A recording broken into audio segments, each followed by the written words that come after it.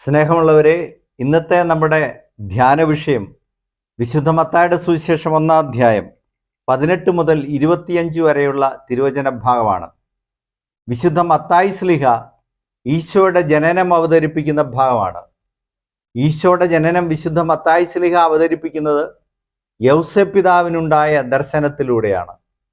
അതിനാൽ തന്നെ ഈ ഭാഗത്തിൻ്റെ കേന്ദ്രബിന്ദു വിശുദ്ധ യൗസേപ്പാണ്.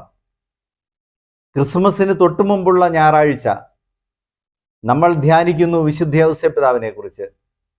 വിശുദ്ധ യൗസേപ്പ് പിതാവിനെ കുറിച്ച് ബൈബിളിന് ആകെ പറയാനുള്ള ഒരു വാക്യം വിശുദ്ധ മത്തായി ശ്ലീഹയാണ് നൽകുന്നത്. അതിങ്ങനെയാണ്: അവളുടെ ഭർത്താവായ ജോസഫ് നീതിമാനാകിയാലും അവളെ അപമാനിതയാക്കാൻ ഇഷ്ടപ്പെടാകിയാലും അവളെ രഹസ്യമായി ഉപേക്ഷിച്ചാലോ എന്ന് തീരുമാനിച്ചു. ഈ വാക്യത്തിൻ്റെ പ്രധാനപ്പെട്ട പദം നീതിമാൻ എന്ന പദമാണ്. പ്രിയപ്പെട്ടവരെ, വിശുദ്ധ ബൈബിളിന് ഒരു മനുഷ്യനെ കുറിച്ച് നൽകാനുള്ളതിൽ ഏറ്റവും ശ്രേഷ്ഠമായ പദമാണ് നീതിമാൻ എന്ന പദം. അത് ബൈബിളിൻ്റെ ആരംഭ ചരിത്രം മുതലുണ്ട്. നോഹ നീതിമാനായിരുന്നു, അബ്രാഹം നീതിമാനായിരുന്നു, പൂർവ്വ യൗസേപ്പ് നീതിമാനായിരുന്നു.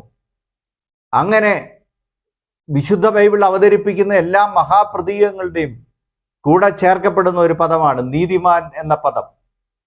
എന്തുകൊണ്ടാണ് ബൈബിൾ ഇവിടെ യൗസേപ്പ് പിതാവിനെ കുറിച്ചും ആ പദം ഉപയോഗിക്കുന്നത്? നമുക്ക് അതിന് പ്രധാനപ്പെട്ട ഒരു കാരണം കണ്ടെത്താൻ പറ്റും. ഇവിടെ രണ്ട് കാര്യങ്ങൾ യൗസേപ്പ് പിതാവിൽ ഒരുപോലെ സമ്മേളിക്കുന്നത് നമ്മൾ കാണുന്നുണ്ട്.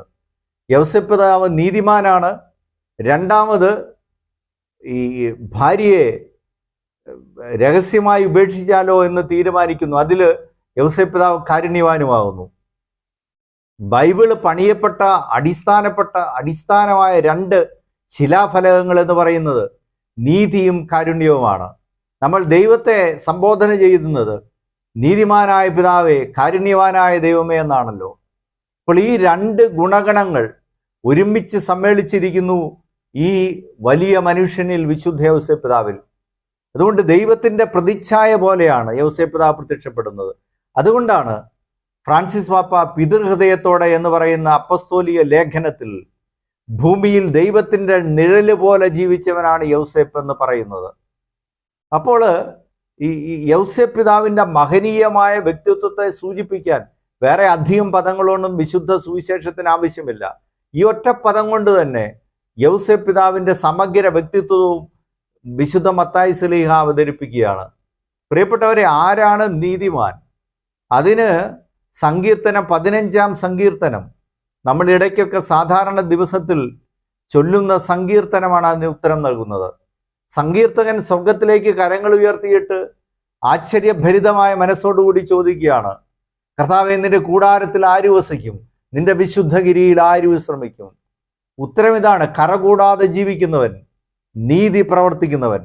എന്നിട്ട് അതിൻ്റെ വിശദീകരണമാണ്: ഹൃദയത്തിൽ സത്യമുള്ളവൻ, നാവുകൊണ്ട് വഞ്ചിക്കാത്തവൻ, സഹോദരനെതിരായ പ്രേരണയ്ക്ക് വഴങ്ങാത്തവൻ, ദുഷ്ടനോട് കൂട്ടുചേരാത്തവൻ, ദൈവഭക്തനെ മാനിക്കുന്നവൻ, ഇങ്ങനെ ജീവിക്കുന്നവൻ നീതിമാനാകുന്നു. അപ്പോൾ ആ മനുഷ്യനാണ് ദൈവത്തിൻ്റെ കൂടാരത്തിൽ വസിക്കാൻ യോഗ്യതയുള്ളവൻ. അപ്പോൾ ദൈവത്തിൻ്റെ സമാനമായ മനസ്സുള്ള ഭൂമിയിലെ മനുഷ്യൻ്റെ പേരാണ് നീതിമാൻ എന്ന പേര്. സ്നേഹമുള്ളവരെ, ഇത് കൂടുതലായിട്ട് നമുക്ക് മനസ്സിലാകുന്നത് ഈ വിശുദ്ധ സുവിശേഷങ്ങളുടെ അവസാനത്തിൽ എത്തുമ്പോഴാണ്. ലൂക്കാ സുവിശേഷകനാണ് അത് വ്യക്തമായിട്ട് അവതരിപ്പിക്കുന്നത്. ഭൂമിയിൽ ആകാശത്തിനും ഭൂമിക്കും മധ്യേ കുരിശിൽ തൂങ്ങി മരിക്കുന്ന ദൈവപുത്രനായ യേശുക്രിസ്തുവിനെ നോക്കി, ഈശോ മിശിഹായെ നോക്കി, ഈ ഭൂമിയുടെ പ്രതീകമെന്ന നിലയ്ക്ക്, പ്രതിനിധി എന്ന നിലയ്ക്ക് ശതാധിപൻ വിളിച്ചു പറയുന്ന വാക്കും മറ്റൊന്നുമല്ല. ശതാധിപൻ വിളിച്ചു പറയുന്ന ഇവൻ സത്യമായും നീതിമാനായിരുന്നുവെന്നാണ്.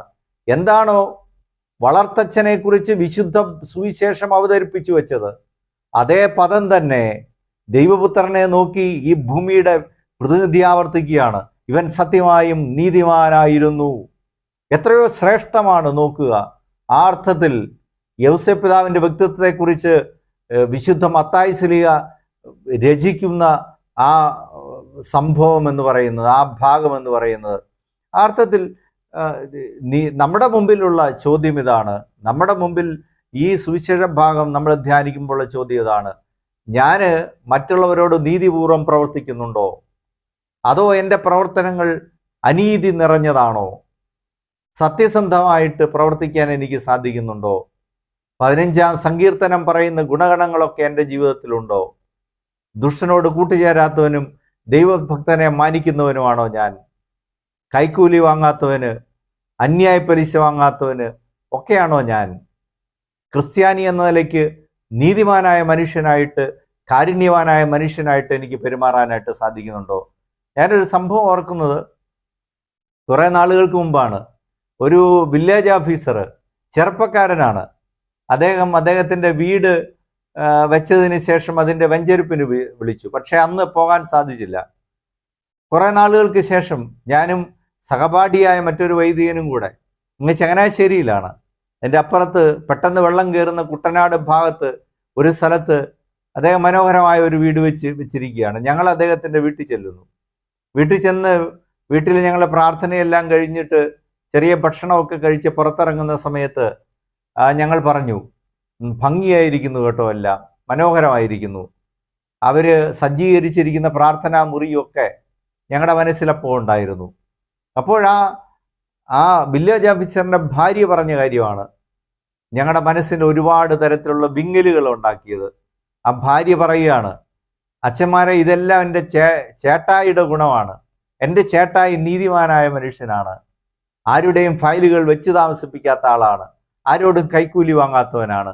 പാവപ്പെട്ടവരായ മനുഷ്യർ അടുത്തു വന്നാൽ എത്ര പെട്ടെന്ന് നീതി നടപ്പാക്കി കൊടുക്കണം എന്ന ഒരു തീവ്രമായ ആഗ്രഹമുള്ള ആളാണ്. അതിനുവേണ്ടി എന്തുമാത്രം സമയം ചെലവഴിക്കാനും ഒരു മടിയുമില്ലാത്ത ആളാണ്.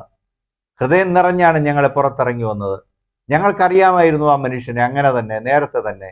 ഞങ്ങൾ വണ്ടിയിലിരുന്ന് പറയുകയും ചെയ്തു, ഇങ്ങനെയുള്ള കുറേ കുടുംബങ്ങളുണ്ടായിരുന്നെങ്കിൽ നമ്മുടെ ചുറ്റുപാടും, ക്രൈസ്തവ കുടുംബങ്ങളുണ്ടായിരുന്നെങ്കിൽ, കത്തോലിക്ക കുടുംബങ്ങളുണ്ടായിരുന്നെങ്കിൽ, ഇതര ജാതി മതവിഭാഗങ്ങളുടെ ഇടയിൽ അങ്ങനെ കുറേ കുടുംബങ്ങളുണ്ടായിരുന്നെങ്കിൽ, അങ്ങനെയെങ്കിൽ നമ്മുടെ ചുറ്റുപാടുകൾ സ്വർഗതുല്യമാകുമായിരുന്നു. നീതിമാന്മാരായ മനുഷ്യരെ കുറയുന്നതാണ് നമ്മുടെ ചുറ്റുപാടുകൾ നരകതുല്യമായി മാറുന്നതിൻ്റെ കാരണം. നീതിമാന്മാരായ എത്രയോ മനുഷ്യർ നമ്മുടെ ചുറ്റുവട്ടത്തുണ്ട് എന്നുള്ളതാണ് നമ്മുടെ സമൂഹം സ്വർഗതുല്യമാകുന്നതിൻ്റെ, സമാധാന ഭരിതമാകുന്നതിൻ്റെ മാനദണ്ഡം എന്ന് നമുക്ക് മറക്കാതിരിക്കാം. ഈശോ നമ്മെ, നീതിമാനായ കാരുണ്യവാനായ ദൈവം നമ്മെ അനുഗ്രഹിക്കട്ടെ.